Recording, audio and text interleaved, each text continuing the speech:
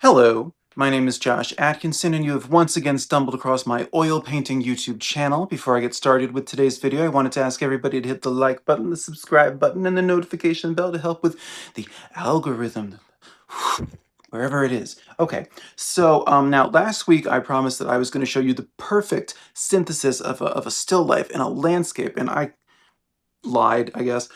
Or I don't know, maybe I was just being overly confident. But I will be showing you how I made this painting. I love this painting. I found so much freedom in painting a leaf in the grass. Several leaves, but obviously there's a focal leaf here. So anyway, is it a still life? No. Is it a landscape-ish? Let's talk about it during the time lapse. Okay, so here is our source image, an autumn leaf from October last year. And now the time lapse. I guess I questioned for a moment if this should be a vertical or a horizontal composition. Um, and I just kind of, I don't know, I never really say anything nice about like starting on a colored ground, I know that there's kind of a bit of a, I don't know, I don't want to say cliche, but there are a lot of painters these days who will like put a red or an orange or a pink ground down and then let little sections of it poke through, which gives it this really cool appearance. It gives it a very neon effect, but it's like one of those things that feels almost like a cliche at this point. So I tend to just typically I have painted on just a white background. This one was brown because I had painted over something. And it ended up being very helpful. And I ended up letting little spots uh, poke through, and it kind of, I don't know, it took care of.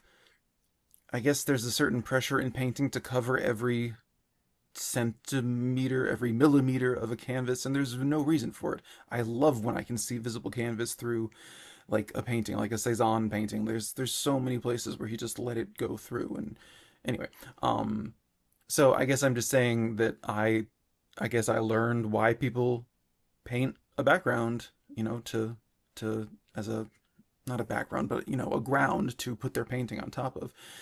It really did kind of help out.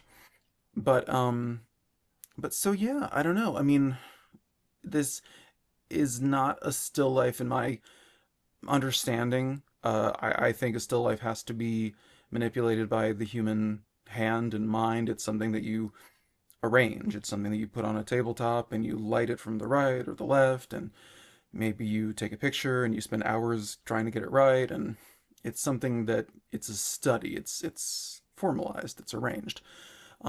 This was just found on you know some grass by me, and is it a landscape? It's that's the ground, so that's the land. But obviously, when people describe landscapes, they're picturing larger things. This is more, um, me taking something small and blowing it up.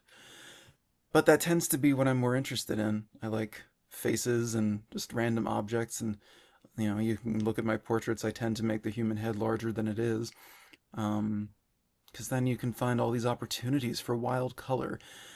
I've been feeling stifled a bit in my portrait work. Like I kind of don't want to do like the distorting technique I've had is beginning to feel a little expected, to me. So I've wanted to paint just a big leaf for a long time. This is an 11 by 14-inch canvas. I want to do bigger ones soon. But there was just so much freedom in just like I just threw down colors and let them dry. I think I did this in 4 sittings, not because it's an especially complex subject, but just because I don't understand how alla prima works. I don't understand how people keep adding more paint to the canvas because I didn't go to art school. Take a shot.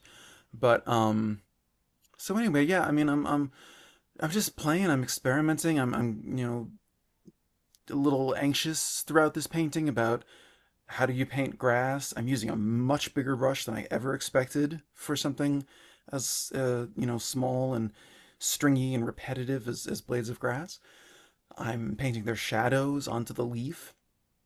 But let's also, be real. Like, there is so much freedom in painting things in nature and even just regular still lifes that people, if it's not like a famous or a recognizable object, there's a different standard of perfection. You don't have to get, if you're painting James Dean, it needs to look like James Dean. Everybody needs to see James Dean, and everybody knows what James Dean looks like. If you're painting a leaf, people are like, oh, that's a leaf.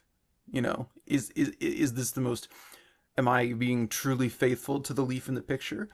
I'm being faithful enough. I'm keeping it interesting and looking for opportunities to be creative and abstract. I don't know that I don't think I would call this abstract by my definition, but yeah, I don't know. There's just freedom in this, so I highly recommend it. I'm punching in at a certain point. I realized, like, oh, wait a minute, I'm painting an autumn leaf, like a red, yellow, orange leaf. I need my BFF cadmium red light. But I didn't want to overly depend on it. I just wanted to use it in a few accent places because it's such a domineering color. It's just the color of heat. So anyway, yeah, I said, I guess, was that last week's video, the Halloween still life mummy head? This is an autumn subject that I'm painting in February, and that is going to become more and more a hallmark of my channel. Halloween, autumn, Christmas, winter kind of stuff throughout the year, because that sells at art vendor fairs. But I haven't said this in a while. I'm always down for suggestions about subject matter. Haven't said this in a few minutes. Like and subscribe. Um, but so, but so yeah. I'm just freed up here. I'm just suggesting the light side of the leaf to the main leaf's right, and the shadow side, and the more graying, decaying leaves underneath it and behind it. Just relying on the grass and then the shadows of the grass to suggest grass, and it works. It has such a sense of motion.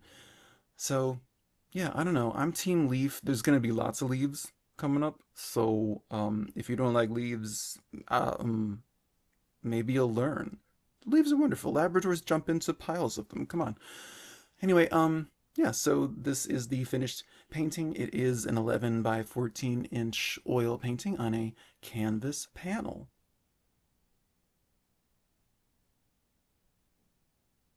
So then, yes, that is how I arrived at this not quite still life and uh, no technical landscape, because that's the grass. It's growing out of the land. Can't fight that logic. There's no logic here, but the colors are so pretty. All the brush strokes, I mean, look at all the little. Oh, those are finger strokes, probably. Those were likely done with my finger. Can you call them a finger stroke? Well, I can. All right, so I hope you enjoyed this. I wanted to especially say thank you to all the new subscribers this week. I got like 24 new subscribers, which never happens in under a week. That takes like 3 months on my channel. So I think I'm up to 372. Thank you so much. Trying to hit 1,000 by the end of the year. So let's keep it going. I really appreciate it. As always, hack your grandparents' accounts. Okay, if you enjoyed this loose, expressive, wild painting, then you could check out last week's for all of my range, where you could see me paint something more tightly controlled, but still, spooky and fun. Or the previous week, where I do a portrait of Marilyn Monroe, my first time using the Sennelier oil sticks, which you will definitely be seeing more of as well. All right, so that's everything I can think to say. And so, yes, I will see you in 7 days with something. I've got more leaves finished. This is a series, but it might be a portrait. I don't know. Leave a comment below if you have a preference. Okay. Until then, enjoy leaves, things. Okay, bye-bye.